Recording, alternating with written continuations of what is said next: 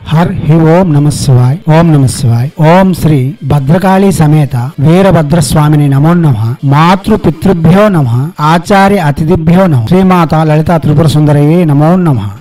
శివశక్తి స్వరూపులారా, మనం ఇప్పటికే చాలా మంత్రయోగాలు తంత్రయోగాలు అందించి ఉన్నాము. శాస్త్రములలో నిగూఢముగా రహస్యముగా దాగి ఉన్న మహామంత్రములు మరియు సాధనలు కూడా అందించేందుకు రత్నశ్రీ మీ ముందుకు వస్తుంది. దానిలో భాగంగా ఇప్పుడు విభ్రమ యక్షిని మంత్ర సాధన గురించి చెప్పుకుందాం. ఈ మంత్ర సాధన చేయడం వలన శనిగ్రహం యొక్క దోషం తొలుగుతుంది. కాగా అన్నపానాదులకు లోటు ఉండదు. మీరు అన్నదానము చేసేందుకు ఈ యక్షిని చాలా వరకు తోడ్పడుతుంది. వేల వేల మందికి మనం అన్నం దానం చేయాలంటే వడ్డించి ఇవన్నీ చేయవలసిన అవసరం లేదు. ఈమెను తలంచుకుంటే చాలు వేల మందికి తగుపడు భోజనమును ఏర్పాటు చేయగలదు. కాగా ఈ యక్షిని సాధన చేయడం వలన చాలా సుఖవంతమైన జీవితములు కొనసాగించగలం. సర్వత్రా సమాజంలో గౌరవ మర్యాదలు పెంపొందించుకోగలం. జనాకర్షణ పెరుగుతుంది. ఈ విభ్రమ యక్షిని మంత్ర సాధన చేసేవారికి ఇతర యక్షిణుల యొక్క సాధనలు అతి సునాయాసం అవుతాయి. కాబట్టి పూర్తి వివరాలు తెలుసుకోవడం కోసం యక్షిని ప్రసంగములన్నీ వినండి, అవగాహన పెంచుకోండి. తర్వాతనే జపములకు ఉపక్రమించండి. ఈ మంత్రము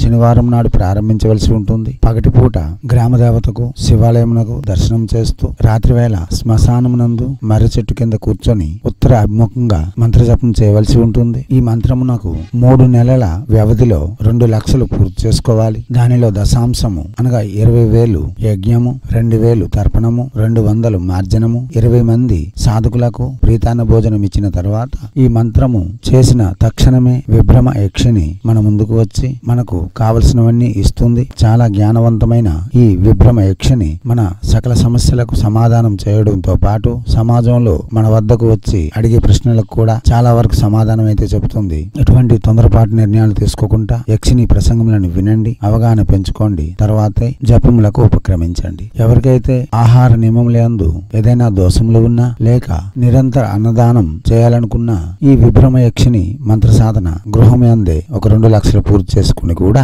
మనం అనుకున్నది సిద్ధింప చేసుకోగలం. గాని గృహమందు చేసే జపమునకు యక్షిని ప్రసన్నత లభించదు. దివ్యాత్మ స్వరూపులారా, ఈ మంత్రమునకు చేసే ముందు దశమహా విద్యాది దేవతలలో ఏదైనా ఒక విద్య చేసి ఉండాలి, లేక చాముండేశ్వరికి ఉపాసన చేసి ఉండాలి. లలితా ఉపాసకులకు అతి సులభ సాధ్యము, లేక భైరవ ఉపాసకులకు అతి సులభ సాధ్యము. ఏ యక్షిని సాధన చేయాలన్నా అష్టదిగ్బంధన ఆకర్షణ యంత్రములు పై అవగాహన ఉండాలి. దివ్యాత్మ స్వరూపులారా, మీకు ప్రసంగములు పెద్దవిగా చేసి మీ సమయమును వృధాపరచుకోదలుచుకోలేదు కాబట్టి మీరు ఈ మంత్రమును ప్రత్యక్షంగానే జపం చేసుకోవచ్చు. ఏదైనా సందేహాలు ఉంటే మా వాట్సాప్ నెంబర్ లో సంప్రదించండి. ఇటువంటి మంత్రములు చేసేటప్పుడు గురువుని సాక్షాత్కరించి గురువు యొద్ద తగు సలహాలు తీసుకున్న తర్వాతే జపములు చేయుట క్షేమదాయకమని రత్నశ్రీ యొక్క భావము. దివ్యాత్మ స్వరూపులారా, ఇప్పుడు మంత్రము ఓం హ్రీం విభ్రమ రూపే విభ్రమ మేం కురు కురు ఏహి భగవతి స్వాహ.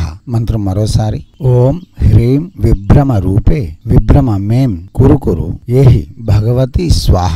మంత్రం మరోసారి ఓం హ్రీం విభ్రమ రూపే విభ్రమ మేం కురు కురు ఏహి భగవతి స్వాహ.